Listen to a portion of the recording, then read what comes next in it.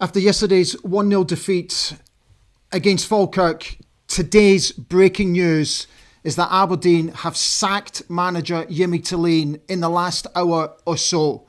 These were the headlines that made the newspapers after yesterday's defeat this morning, and the league table after yesterday's defeat meant that we dropped down to 8th place. Falkirk actually jumped 2 places up to 6th place after we lost woefully against Falkirk yesterday.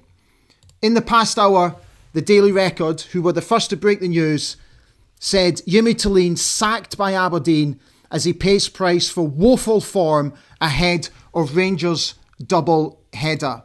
I've just quickly put these together for you. This comes courtesy of the AFC Heritage site. In total, Yimi was in charge for 80 games. He won 33. He lost 31, drawing 16. The goals against tally is 115. The goals for tally was 109. I did my quick maths. I'm happy for you guys to jump in and correct me if I'm wrong, but that's a win percentage of 41.25%. Hi everybody, a very warm welcome to the show here on Ali Beg ABTV. Sorry I was a couple of minutes late. As you can imagine, it's been a bit mental in the past sort of 45 minutes trying to get the show ready after today's breaking news from the football club. We are still waiting to get confirmation from the football club. So tonight, what I'm going to be doing is keeping an eye on on Twitter, X, whatever you want to call it, keeping an eye on all the news lines to see if a statement drops from the football club. As yet, I can't see anything. Let me take another quick look on their website. My phone's going to be a bit mental tonight as well, so forgive me if you hear it pinging all the time. So nothing as yet from the football club. I'm just having a quick look on BBC Sport to see if BBC Sport have actually said anything. So just bear with me. We're literally doing this show completely ad hoc. We're going to do it completely live. So at the moment, all I can see on the BBC website is the post-match interview that the manager gave yesterday. I'm just scrolling through it now, and as yet, I can't see anything on their actual website about the manager being sacked. Sky Sports have tweeted about it. The Evening Express, in the past 8 minutes, have said, breaking news, Scottish Cup winning manager Thelin departs Aberdeen. Bear with me while I just go through some other stuff to see any other news lines that I can find for you. So Anthony Joseph, one of the chief reporters at Sky Sports News, has said that Sky Sports News understand that Thelin was informed of the club's decision earlier today. The players have also been told this evening. Just let me see if there's anything on the BBC Twitter.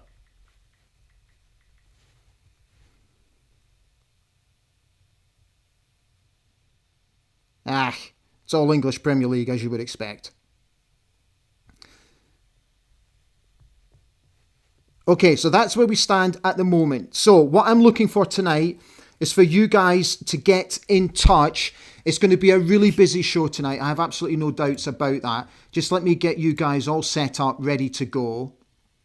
What I'm also going to be doing tonight is I have interviewed Andrew Budge. So Andrew Budge and I looked back on yesterday's game, and we're now take into consideration that this was done 3 or 4 hours before the manager was sacked. And the way that we approached today's chat was to try and show you where Yimi has not learnt from any of the mistakes that we've been making in the past few weeks. Because in yesterday's game, we continued to make the same mistakes. The same mistakes that we made against Hibs. The same mistakes that we made against Dundee United. The same mistakes that we made against Celtic. Nothing has changed.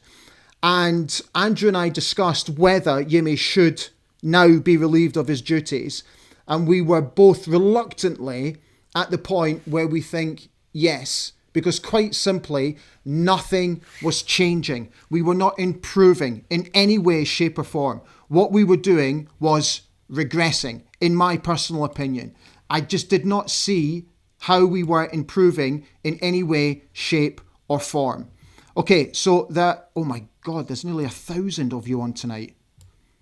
Oh my God, I've never had so many people watch at one time. Right, so what I'm going to do is I'm going to try and get through as most of your comments as I can this evening, but it's going to be a very busy show. So, first of all, let's remind ourselves what the manager said yesterday after the game against Falkirk, because I personally felt this was very, very telling.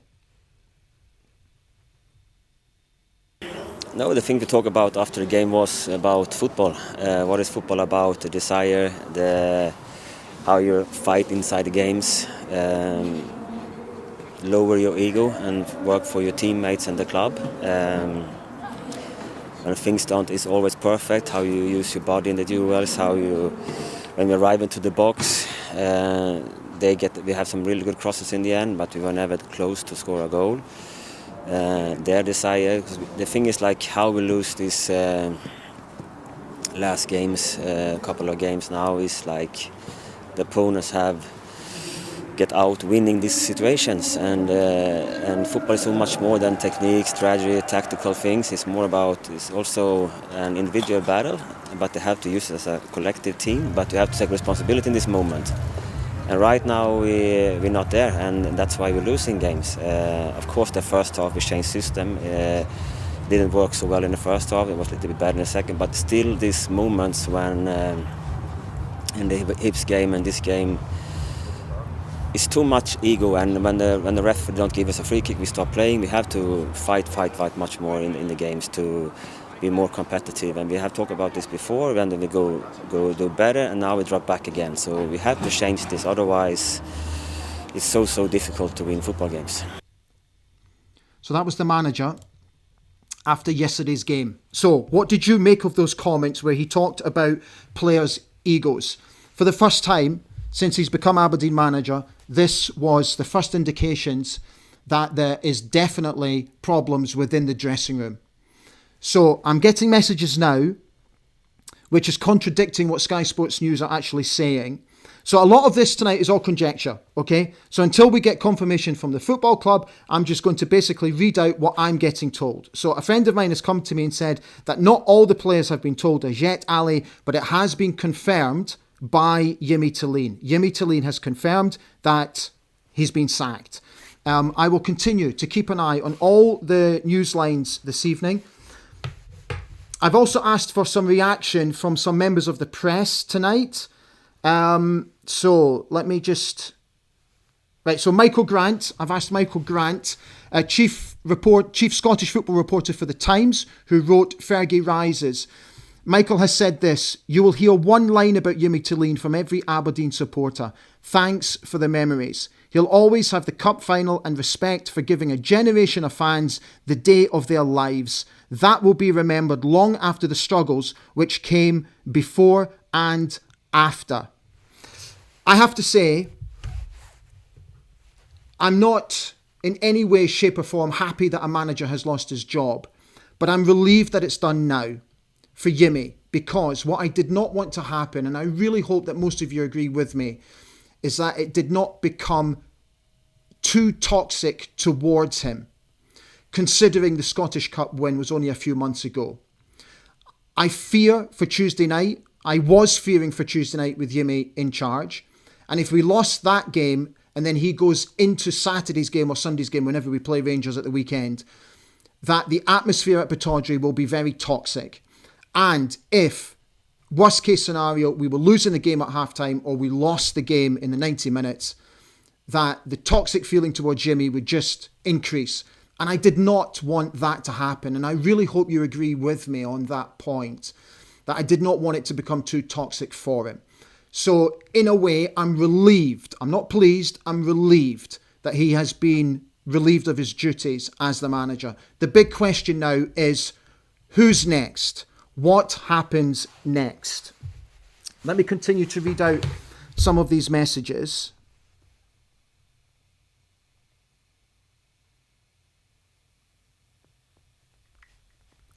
Bear with me.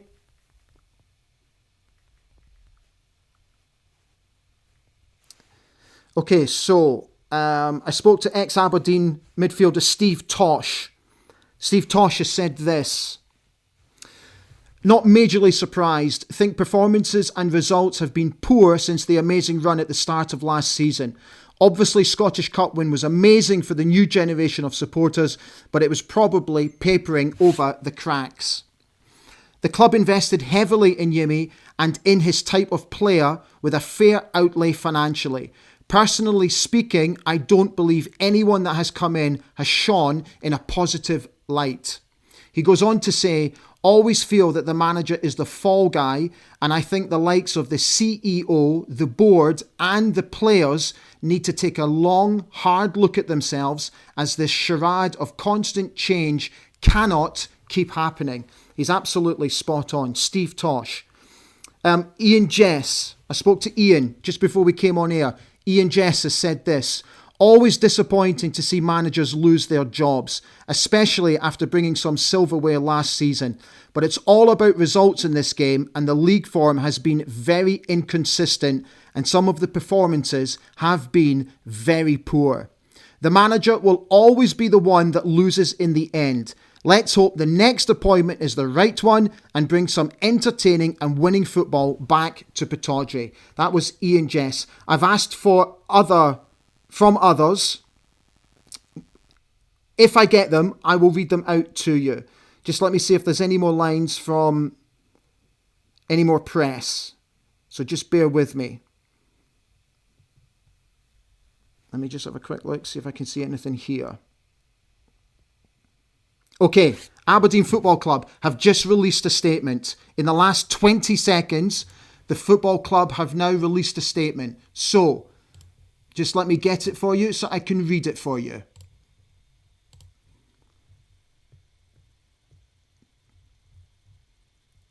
It's not even up on the friggin' website. Come on, lads. Right, hang on. So it's out on Twitter. Okay, that's them now literally sending round the messages. Okay, I'm going to read out the statement to you. Aberdeen Football Club has parted company with manager Jimmy Thelin. Following a club-breaking start to life in the North East, Jimmy led Aberdeen to Scottish Cup glory in May last year, followed by qualification for the UEFA Conference League for the second time in 3 seasons. However, the 2024-25 league campaign ultimately concluded with a 5th place finish, and so far this season, both results and performances have fallen below the required standard and have not been commensurate with the level of investment made in the first team squad and football operation. Jimmy will depart the club alongside his assistant Christer Persson. First team coach Peter Thelin will take temporary charge of first team affairs, supported by Craig Hinchcliffe and sporting director Lutz Pfaffenstiel, who will also lead the process to appoint the club's next permanent manager. So let's just reiterate that. Peter Thelin is now in temporary charge alongside Craig Hinchcliffe and sporting director Lutz Pfaffenstiel. He will also lead the process to appoint the club's next permanent manager. The chairman has come out and said this.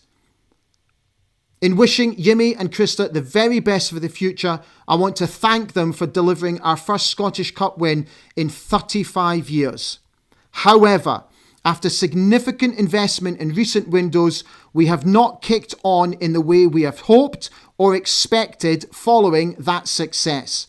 We have tried to give the situation as much time as possible, but recent performances have been significantly below the standards we expect, and we believe it is now right to take a different direction. This is what Jimmy Thelin has said. Today, my time as manager at Aberdeen comes to an end. It is with great respect for this historic club that I accept this decision. Results ultimately decide the tenure of this profession, and as such, I take my share of responsibility. He goes on to say, I believe... Okay, I've just had a message from the chairman. He's just literally messaged me. I will come back to you on that. Let me finish what Yimi has says. I believe wholly in the work that was done. However, football doesn't always allow time for belief to become results. I would like to thank the players for their commitment and effort during my time as their coach, and the staff who worked every day with loyalty and pride. I would also like to thank the supporters. Your passion for your team never wavers, even in disappointment. Aberdeen will forever be part of my journey, and it has been an honour to lead this great club and share that memorable day together at Hampden. He finishes by saying, I leave wishing success to everyone involved, both on and off the pitch. Right, I have just had a text message from the chairman. Okay, so the chairman is telling me that the news that broke about Jimmy Thelin's sacking has not come from the club. It has come from a media outlet in Sweden. And he has sent me the direct link to that. I'm going to open it so I can tell you. Football Scanalan, I think it says. Scanalan. I'm just trying to see the timing of it. It doesn't actually say the timing of when that came out.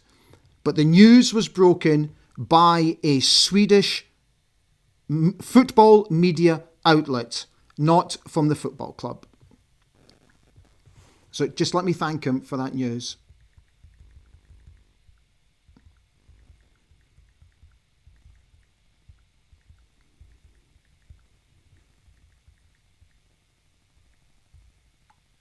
Okay. Just let me see if there are any other news outlets that have anything to say. So if you're just joining us, this is a live show. If you're just joining us, Aberdeen Football Club today relieved Jimmy Thelin of his managerial duties at the football club. First team coach Peter Leven has been placed in temporary charge. He will be assisted by Craig Hinchcliffe and our sporting director Lance Pfaffenstiel, who will also now be in charge of finding our new manager. Bear with me, please, guys. Okay. The chairman is texting me as we speak, so I will reiterate these messages to you. Okay, understood. I will relay this message to you from the chairman. What I want to do in the meantime is I want to just very quickly get your reaction, and then what I would like to do is I would like to bring on Andrew Budge. Because with Andrew and I spoke for a good 15 minutes today about where we're simply not learning. So what I'd like you to do is have a look, have a listen, remain with me, and then I'm going to start also speaking to you guys afterwards. In the meantime, let me get some of you on to see your reaction to today's news. Oh my God, we have got so many people on tonight. Thank you for watching, guys. Honestly, I'm absolutely blown away. I really am by how many of you are on tonight. I'm absolutely flattered and humbled. I really am. Thank you for coming to me this evening. Right, so I can't see. Oh my God. Joe Mack has said he'll always be remembered for the cup win, but it's the right decision. Christopher Bray has said the scouting system at the club has a lot to answer for too, Ali. David John says gutted for him. Decent guy who gave us our best day in 35 years. Been let down by some players and some of the hierarchy. Think he'll do well back in Sweden. Richard Mackenzie says simply could not go on. Seemed to fall about when his coach left. Thank you guys for letting me know about the statement on the official club website. Thank you. CJ's94 says 100% agree. Other areas of the club need looked at as far as scouting.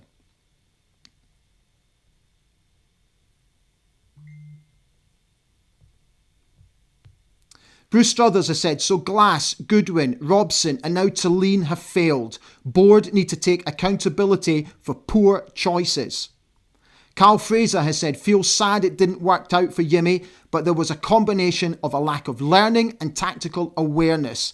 Let down badly by the recruitment team and the players. Thanks so much for the Scottish Cup win. Bruce Walker says he was a breath of fresh air for never publicly criticising referees, unlike most managers in Scotland. Players have a lot to answer for despite Yimmy's limitations.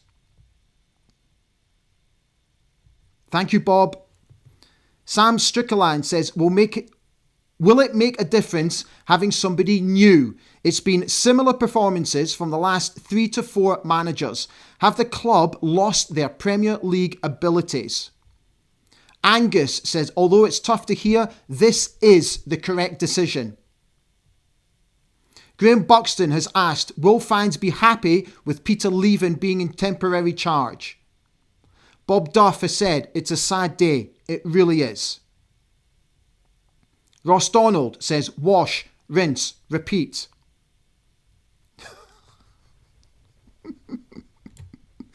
I love how some of you can maintain your humour. Graham Gibb is asking, does anybody have Neil Warnock's number? Oh, Graham, honest to God, man. Kane Davidson has said, sorry to see JT go. I like the guy. Results have been poor with no sign of improvement. Thank you for the Scottish Cup. VK has said most of our wins were undeserved. I think it's Year Cell has said, how many times are we going to go through this cycle? Robert Fowler has said, hope it's the kick up behind the players that they need and respond positively in future matches, or else they are next. Let's also not forget Alfie Dorrington today got recalled by Tottenham, which leaves us very, very short at centre-back. Simon Roy says, not sure I want Peter full-time. He was there with Robson.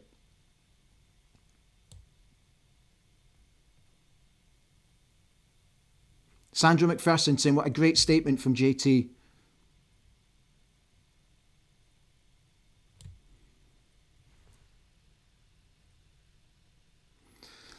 So a guy's coming on and calling me a melt and questioning why would the chairman message me. If you don't believe me, I can show you. If you don't believe me, mate, I can show you. You fanny. Alexander O'Neill saying, commitment from the players, you're having a laugh. Tommy Cooper said, big ask of Peter if the players don't fight for the club. Christopher Bray says, each and every single player has to take a look at themselves in the mirror and ask themselves, do they really want to play for this wonderful club? It's an absolutely good point, mate.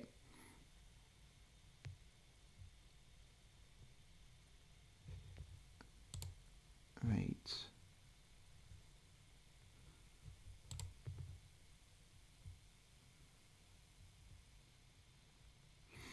Ian Tulloch has said, too many players at Aberdeen think they are bigger than the club. Too many individuals not playing as a team. Yes, it's sad the way it's ended, but we have to move on. Thanks for the Scottish Cup win.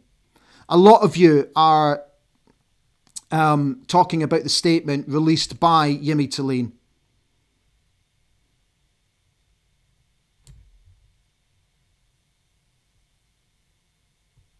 Lots of you are talking about it. It's great.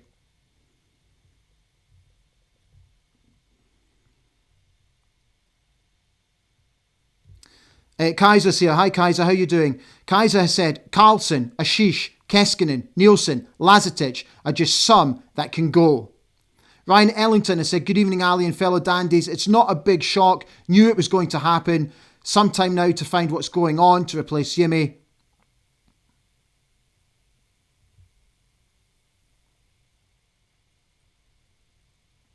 John Morris said the recruitment has been awful. The signings have not been up to standard. Possibly only Knuster since he come in. James has said, end of the day, we have been terrible since last November. The cup run and win will never be forgotten, but it's just covered up the cracks in the end. Jim Bob, 1983, is suggesting a big clear-out is needed. Vicky McIntosh says you could tell from the post-match yesterday, you could see it coming. Okay. Right, guys, so what I'm going to do now is I'm going to show you the chat that I had with our analyst, Andrew Budge. And before we did the chat today, we were speaking during the game yesterday, and I suggested to him that I'm wondering if today's chat we should try and show examples of where Jimmy keeps talking about learning and that we must learn from games.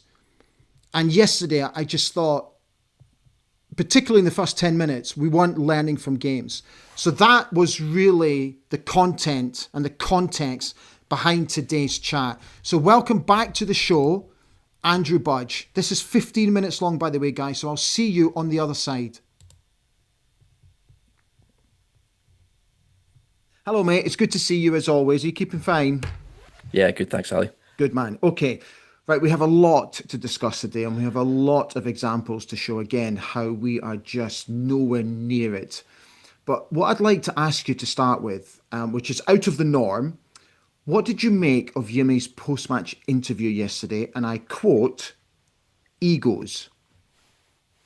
Yeah, it was a pretty big statement. He's kind of been known for being pretty reserved in his post-match conferences or interviews, and yeah, he really sort of went for a lot of the senior players in the team there. He obviously didn't mention any specific names, but he's clearly sort of calling out quite a lot of the senior members of the squad. I kind of get it, to be honest. I don't think there's much wrong with what he said. He's obviously partially or quite a lot culpable for the position that we're in right now, but I think the players need to be doing a lot better, and some of the examples that we'll come on to later on just show, like, time and time again, the lack of sort of personal accountability and ownership that a lot of them have.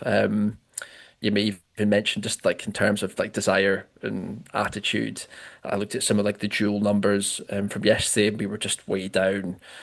It was all Falkirk players that were sort of leading metrics for duels. Like, they just feels like they wanted it more, and it's just a really sad indictment of the team, to be honest. So I can completely understand why he said that. He kind of did something similar. It was Kilmarnock, I think it was last year. Remember this time last year, I think it was Boxing Day, where he did something quite similar and called out the team. I don't feel like it really immediately got an upturn in form, but yeah, we'll see how that plays out. But it usually feels like when you start throwing some players under the bus, it typically doesn't end that well, to be honest. The fact that we didn't have a single shot on target, that we didn't force Scott Bain into making any saves in yesterday's game, the fact that we've now lost twice to a newly promoted team, and I take nothing away from Falkirk whatsoever, because I have to say, I thought they had their game plan absolutely nailed how to beat us yesterday. So I take nothing away from them whatsoever. It's just really, really unacceptable on any level for an Aberdeen team. Yeah, it was just like another game where we're matched up against a team with like a much lower budget than ours, Yeah. and we were just comprehensively outplayed, to be honest.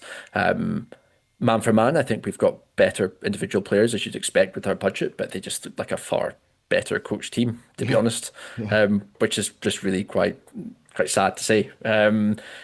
I don't think they had to do a huge amount to beat us. We just, again, had the usual failings of set pieces and just a lack of like sort of coherent play in build up or pressing, which we'll come on to. But yeah, again, we just were completely outplayed, and it's really disappointing. Okay, mate, let's go through it, because we do have a lot of graphics to get through. So the opening 10 minutes, I think a graphic popped up that they had something like, I think it was 61% possession in the first 10 minutes. And I think they had 3 shots on target in the first 10 minutes. The way we started the game yesterday was utterly baffling. And the examples that we're going to show where we struggled.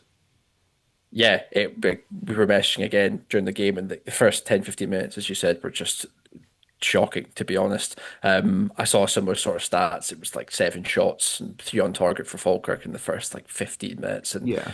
we had even had a single shot at that point. We were completely hemmed in. And it was just really, really concerning. And you could see the warning signs from very early on. What I think we really struggled with, particularly in the first half and the opening 15 minutes, was just having possession in our own half and trying to build up play and trying to play through Falkirk, which I think we really struggled to do. We didn't really have any control of the game, any fluency in our play. I don't think we didn't have any sort of controlled phases of possession. I think we'd rarely sort of string 5 to 10 passes together. It'd be pretty quickly we'd lose the ball, and it'd be more waves of pressure from Falkirk. So yeah, it was a really disappointing sort of start to the game. And I've got some examples here just to show where we struggled in build up. Looking at the first one here, quite a common criticism I've had of the team and how we build up in possession is just like how many players we have in deep positions when we're trying to play through teams. If you compare that to the likes of like Celtic or other decent teams that we've played, they have so many more men forward. They don't need to build up with so many players in their own half or in their sort of own third, for example. And looking at the first example here, you can see what is that, 6 or 7 players within our own third. I just don't think we need that many people in our own and so close to our own goal because A, it just invites pressure, and secondly, it doesn't give us enough options to play forward through teams. That's where we're falling into that trap of playing sideways passes because you've got a real disconnect between, say, the front four and then the 6 here that are really quite deep. We don't have anyone to play through the lines, like Falkirk often did yesterday. In this example, you actually have rarely Carlson dropping deep to try and be a passing option for Arshish. But if you flick onto the next example, he's sort of closely tracked by Spencer and they intercept the ball and win it back high in our own half. And this is something we saw time and time again in the first sort of 15 to 20 minutes, was just those cheap turnovers in our own half. And it could have easily been sort of, I don't know, 2 or 3 nil within sort of the first half hour. And yeah, I thought it was a really alarming start to the game. Moving on to sort of a couple of other examples I've got of us in build up. What I was really struck by was how little sort of movement we had or how static we were in possession. And this example here is on sort of 29 minutes. It's Carlson on the ball. And what I so often see from us is you can see our front four here. It's just a complete line on the edge of the box. There's no one coming deep. There's no like variation in runs. Everyone's in their own position or their own sort of zone. No one's mixing up and sort of rotating with someone else or going inside and one player moves outside. It's all so predictable and easy to defend against. You can just see the back sort of 5 of Falkirk there are completely happy to be on the edge of their own box because nobody's really making any sort of movements out, with the exception, I think it might have been Bilalovic or Lobin on the right hand side. They're trying to make a run inside, but it's so static and it's just so easy for them to defend against. And it's just a really common criticism I think I've got of our game is just how the lack of rotations and the lack of movement we have in our game, and that's sort of borne out in the really poor creativity numbers and then sort of shot numbers that we have. The final example was maybe a bit deeper, but it's on 38 minutes when Nilsson's on the ball, and it's just more examples of, again, of that front four just being a static sort of line and no one's coming deep. I think we need more of sort of Nisbet there to try and come deep into that pocket of space that he's got right in front of him. And there needs to be more movement from the other players to sort of draw or pull apart the Falkirk block and just create those passing angles and lanes into our forwards. But even just really simple bits of hold-up play could really help here, of just getting into, say, Nisbet's feet and he lays it off to someone else, whether it's a Carlson or Lastic or Bilalovic here. It's just, there was just no sort of forward play. There was just no build up. It was just really sort of aimless possession, and it was just more examples of what we've seen. So it's really just disheartening to see that we're not learning from some of the mistakes we've seen in recent weeks and months. Yeah, that's my biggest bugbear. Is that the manager continually comes out and says we have to learn, and we've learned absolutely nothing. We say it every single week. Okay, so the last time we were on, we spoke about our disjointed high press. where it just doesn't seem to work, and we just don't seem to be doing it as a unit. And once again, you've given us some examples here to just prove that point where it's just so disjointed.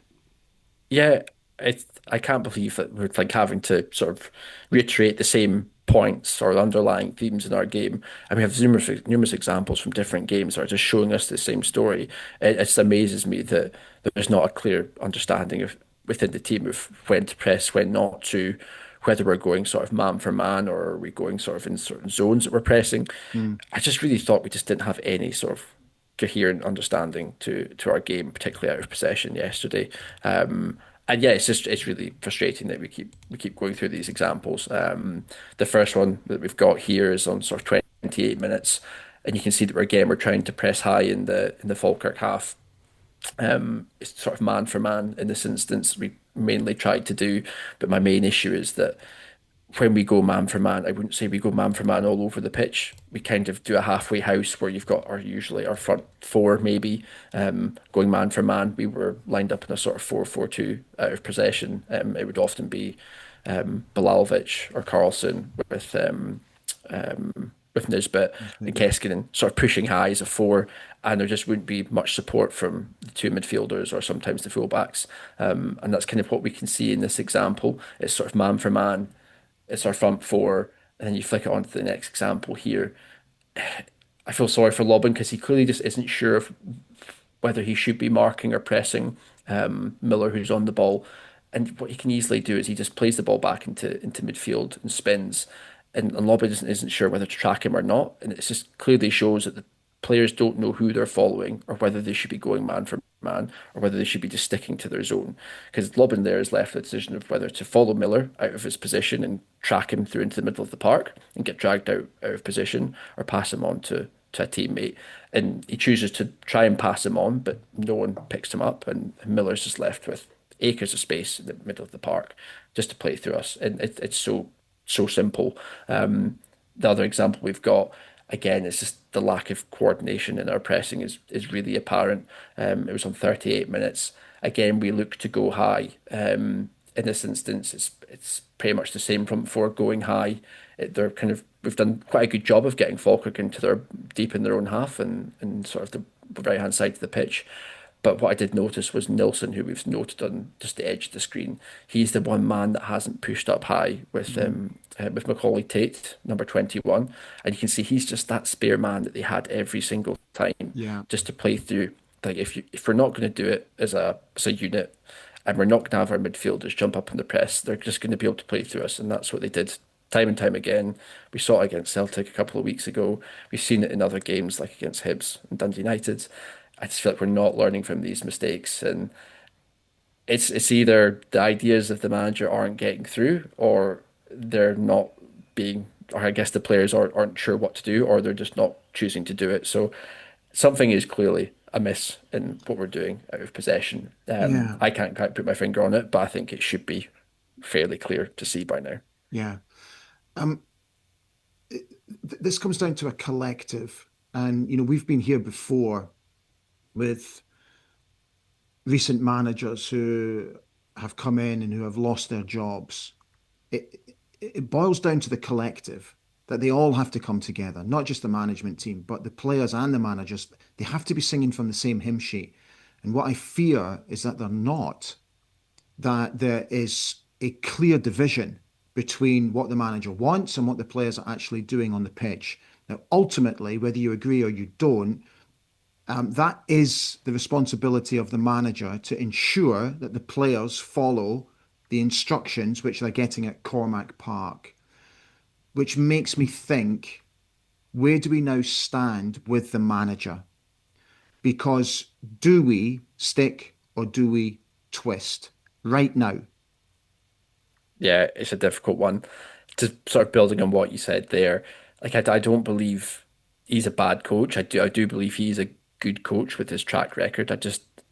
I fail to understand how things that are really obvious for us to pick out as just fans that he isn't spotting these things. He's got a coaching team. Like I'm sure they must be spotting these things. So I just can't understand how it's not translating on the pitch. Yeah, it's a really difficult one. If we had an idea. It's always difficult to say like how well prepared we are for a change in manager because we haven't been in previous years.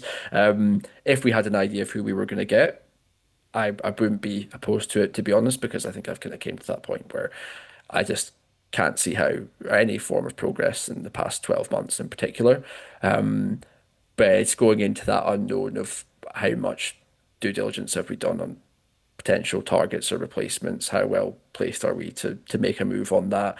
But yeah, if we were to do it, the time is now with the window being open. My only question is just how well prepared we are to do it. And we've seen before that the sort of senior leadership team is pretty slow to react. So yeah, it'll be interesting to see how it plays out. Yeah, because my biggest fear now is we've got Rangers back to back, and we have to go to Ibrox on Tuesday, and their tails are very much Yeah, up at the moment. I watched the Celtic Rangers game, and Celtic should have been out of sight by half time. yeah, But they capitulated in the second half, and Rangers absolutely upped their game. And their manager saw what the issues were, made the changes, made the tweaks, and it had the positive effect for them. I already I fear these next two games, and worst case scenario, we come away with 0 points. The people are already saying to me on socials, get rid of him right now. Enough is enough. But the next two games, if we lose the next two games, I just can't see how he's going to keep his job. I just can't see it. yeah. And what's even more frustrating from seeing the derby that you mentioned yesterday was just like how easy we made it for Celtic when we played them. Yeah, Like we we yeah, we were just played exactly into what they wanted, and we seem to be the only team out of sort of eight that has just given them a complete free pass and just given yeah, them an easy win. So yeah, it'll be interesting to see how it plays out. But yeah, I'm kind of dreading the next couple of fixtures, yeah, yeah. honestly. God, dearie me. All right, mate. Listen, it's great to see you. Thank you as always for coming on, and hopefully we'll see you during the week. Yeah, sounds All right, good. mate. Thank you. Take care. See you, fella. Bye bye. Cheers. Bye Bye. bye. Bye bye. Andrew Budge and I talking earlier today. Here are the match stats actually from yesterday's game. Again, just to sort of reiterate the point of just how unacceptable that performance was yesterday. They dominated possession in the first 20 minutes. They then went on to have way more possession than us. 21 shots to our 7. We did not have a single shot on target. And their goalkeeper, as you can see there, Scott Bain, did not have to make a single save throughout the 90 minutes of football, which is just appalling.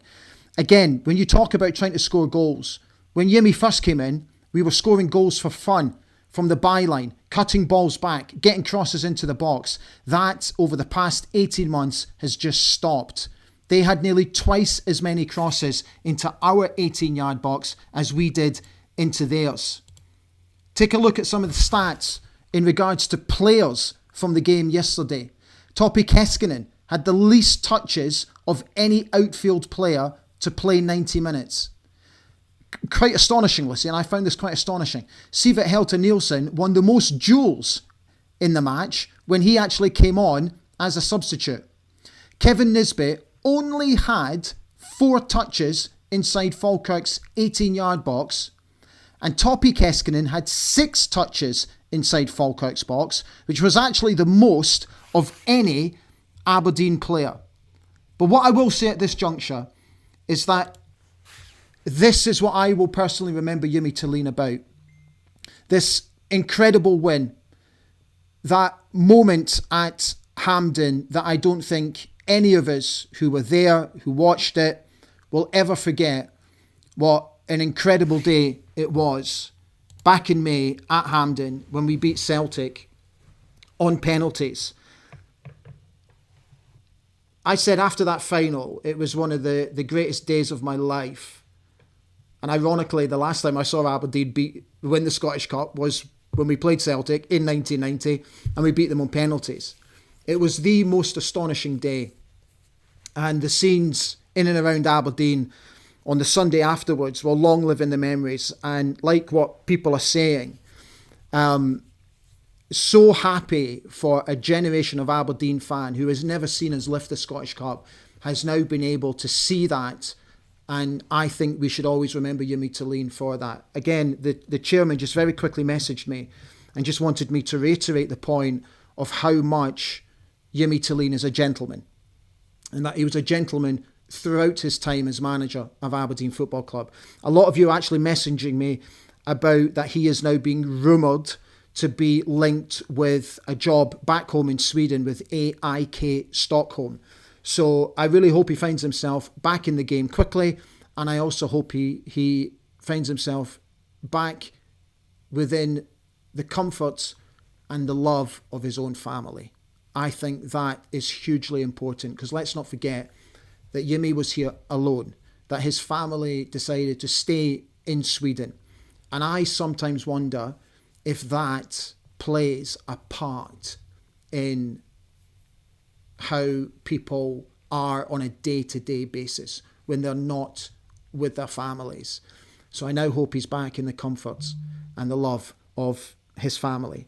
While we're on, just let me see if there are any more sort of news lines coming out.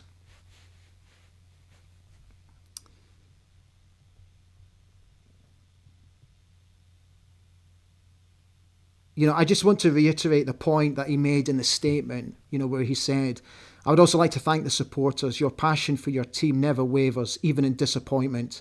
Aberdeen will forever be a part of my journey, and it has been an honour to lead this great club and share that memorable day together at Hampden. I leave wishing success to everyone involved, both on and off the pitch. That's what Jimmy Thelin said in the statement that was released from the club earlier today. Just seeing if there's anything else. A lot of you are now asking, so what's next? What happens next? Let me get back to some of your points, because you guys have been on now for going on 45 minutes, so thank you for sticking with it. Richard Wilkinson is on, wishing everybody a good evening. In fact, just let me check.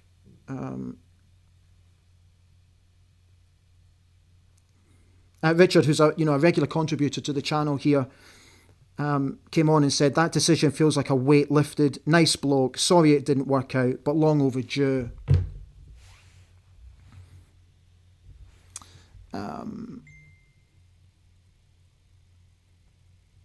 Right, let's come right back to the top and let's see what's going on.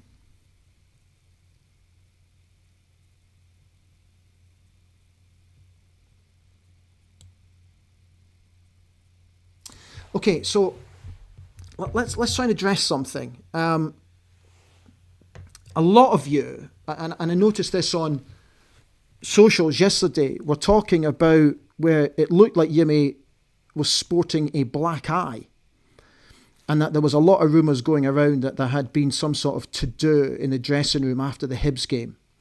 Now, I must admit, I've looked. I'm not sure I can see a black eye unless I'm completely blind. I know I have to wear glasses, but I looked at his post-match interview yesterday. I zoomed in on him, and I couldn't really see the remnants of a black eye. So I'm not really sure where that's coming from. There's quite a few of you actually talking about it. So I'm not a big fan of gossip. I don't mind talking about it if it's a story, but personally, I couldn't see any remnants of an actual black eye. I don't know. GY Pitt says, the next manager needs to be someone not connected to Scottish football. None of the usual suspects on the managerial merry-go-round.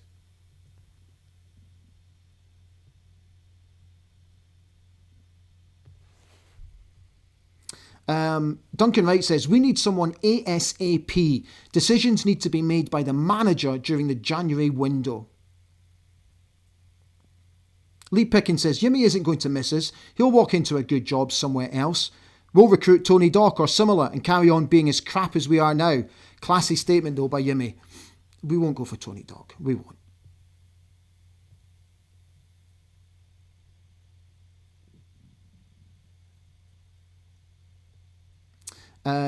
The Two Sweet Sheep says, I for one am sad, but we really need to take our time with the new appointment. Leaving is capable of leading us into the top 6. Keep him in charge until the end of the season.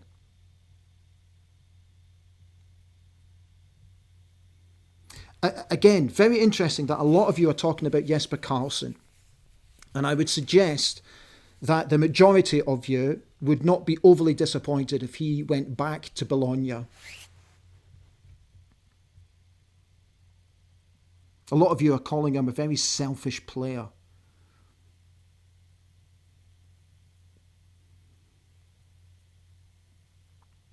In regards to what Andrew and I were discussing, and again, I was reiterating this point in the preview show. Andrew can pinpoint the obvious failures of our team. He can see it. We can see it as fans. Why could Jimmy not see it? It makes absolutely no sense. Oscar Hutchinson says, I think the players we have can do a lot better. Jimmy's setup and style of play was killing them.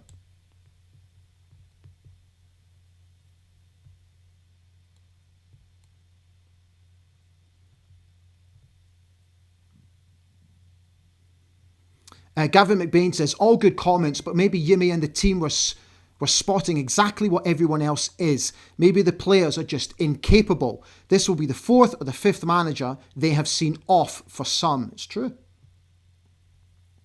Tommy Goat says that Andrew's spot on with his analysis. Lack of work ethic has been evident for a while. Do we question our fitness?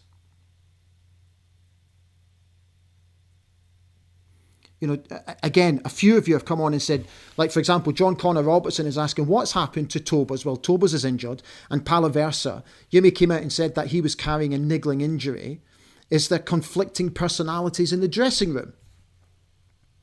Steve Clunes is saying, sadly, we have to trust the board to get this right. They haven't covered themselves in glory previously. They dithered too long, in my opinion, to relieve Jimmy of his duties.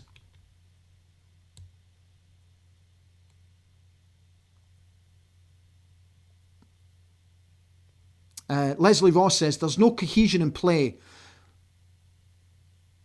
Passing's terrible. What is going on in training? Incapable of running into spaces. It's there for everybody to see. A lot of you are talking about the 0 shots on target yesterday. That Scott Bain didn't have to make one single save throughout the game. Gary Farquhar has said that's simply horrendous. It is. It really is.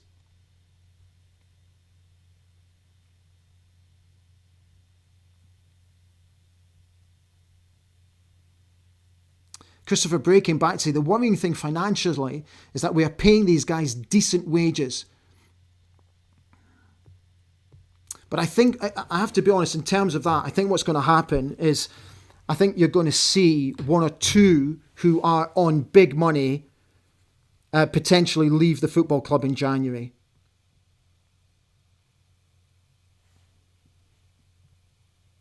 Sorry guys, bear with me. I'm just checking everything that's coming in at the moment. Just let me go through the news lines again for you just to see if there's anything up to date that I can tell you.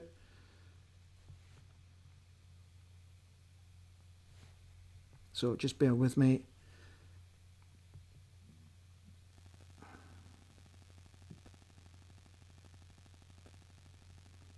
A lot of the chat particularly is about us winning the Scottish Cup and thanking him for winning the Scottish Cup.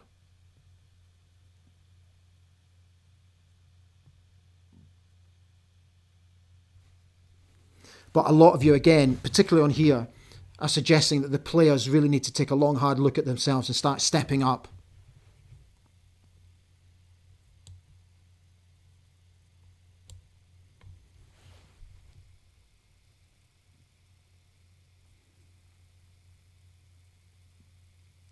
JD Kirimura is asking or suggesting, think we might get a German coach next, maybe a new management model with Lutz being in position.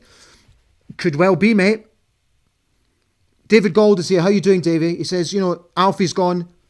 Potentially Leighton Clarkson, Nielsen, Yengi, Ambrose, Carlson, all to follow.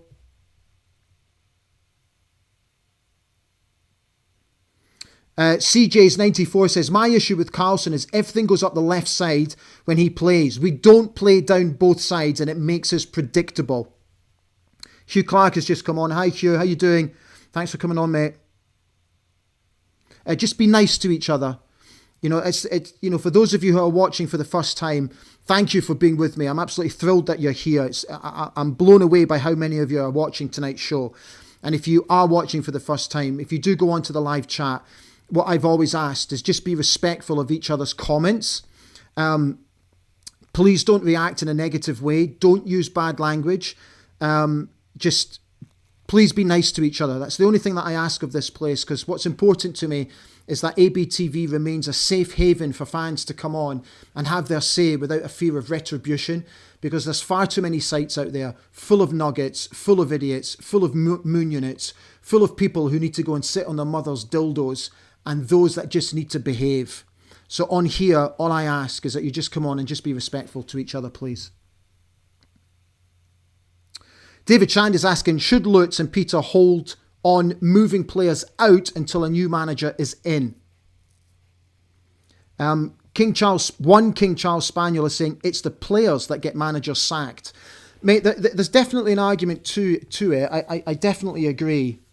But I just think that we just weren't going anywhere, and we weren't going anywhere fast, and we weren't making any improvements whatsoever under Jimmy Thelin.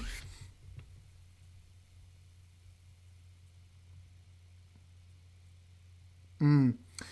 Clark has said, again, it's an interesting point. One aspect that surprised me was Aberdeen accepting a situation where Thelin was effectively separated from his family throughout his tenure. Football management is demanding enough without added pressures.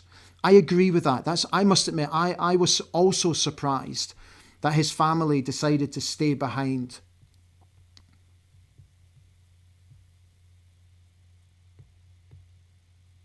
Here's an interesting one. I don't know what the user's name is, because it looks like it's sort of hidden behind a username, but he says, or she says, well, Aberdeen change manager yet again.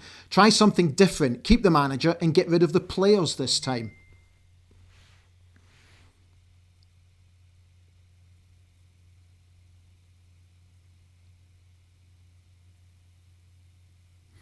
Jay Douglas is suggesting Europe, late recruitment, no League Cup games have all hindered us and ultimately led to this.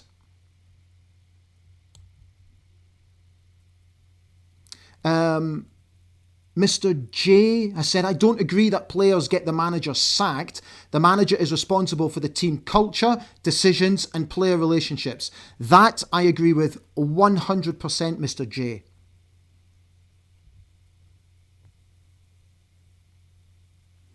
Sugarland has suggested that Yimmy couldn't cope with the club selling off Pape and Shady Mo. Noel McNally is asking, hoping we can keep Leighton and Dante now, but maybe not Nielsen. Jossie99 says, we need to have a major clear out. We needed this clear out last season.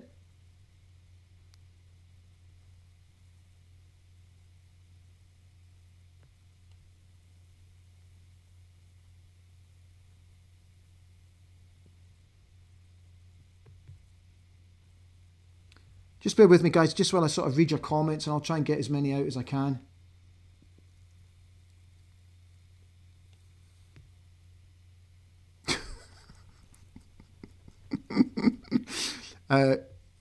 Gippet, I think it is, says, the penguin pincher will have someone in mind. The penguin pincher. Alexander O'Neill has said, nice bloke. That was the biggest part of his problem. No emotion in the games.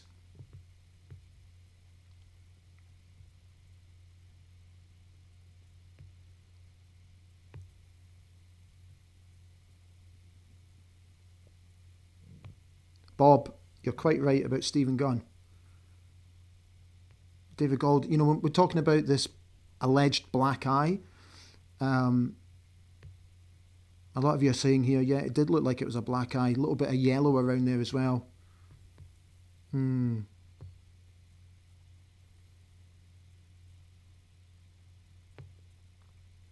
I'm going to take another look. Thank you for pointing that out. Hellboy says, we never replaced the good players we lost after the final. I agree. Graham Gibb, summer signings were awful. Lack of adequate pre-season cost us. Not all down to Thelin, our inadequacies. I have to say, we discussed it before. We had a terrible pre-season. We really did. And the recruitment was just awful.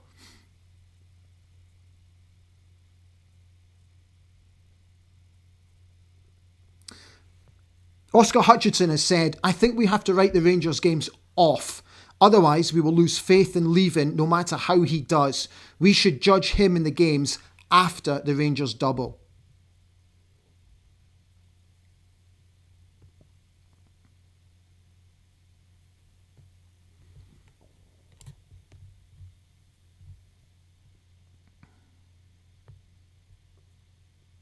Okay. Right, guys, we have done an hour. So what I'm going to do is I'm going to call it a night. Just let me have one last check just to see if there's anything else that has come in just before I sort of wish you a good evening. Right, hang on. Right, you're all inundating me with messages, so just let me have a quick look to see if there's anything. Jose Mourinho, anybody?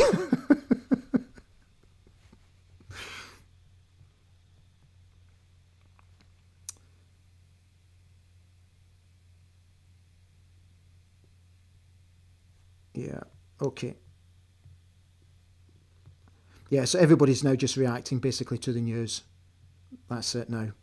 So it looks like everybody has basically reacted. Okay. Right, guys, so thank you so much for coming on and watching tonight. I hope you've enjoyed it. I hope I've done the show some sort of good service this evening. On a personal point, I'll just leave you with my personal thoughts, really.